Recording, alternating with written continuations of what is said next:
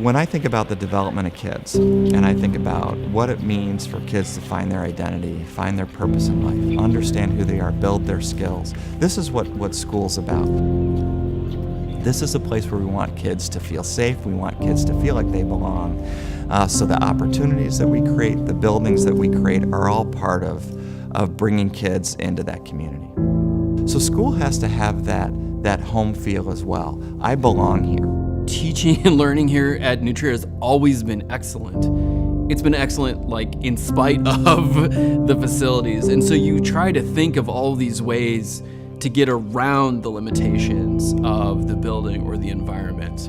Old cafeteria was hard as both a student and as a part of like extracurriculars, because that whole area of the building was really decentralized. So in student government, for example, it was hard to make stuff happen because just geographically we'd be like running all the way across the building. I remember my first trip here when I applied for the assistant superintendent job, and my heart kind of sank. We're able to attract great people, but they come in and looked at the facilities and would say, really, this is NewTrier?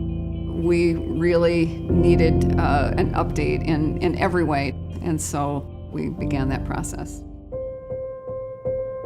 Anytime you invest in something of a project of this magnitude, I think that it brought really our community, meaning our parents, our students, and our staff together to really think about, you know, the education that we provide our students. Then it leads into then what would be the best facilities that we want for our students to be able to have the best opportunities. We could actually improve kids' experience by having classrooms that were better equipped with furniture, better sized, and have better technology in them.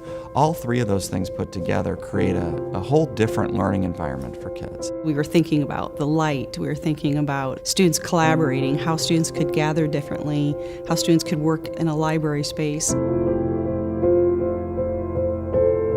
From the beginning of what it means to programmatically design such a new large space to the project manager actually getting the materials and putting it together on a schedule which doesn't disrupt our students too much has been really a learning experience. So what that allowed us to do is to add 26 new classrooms. It allowed us to offer a cafeteria that could actually accommodate our students. We accommodated access for people with both permanent and short-term disabilities. We, importantly, delivered a building that meets the needs and the expectations of our community and the modern teaching techniques of collaborative and integrated learning that the old building didn't accommodate.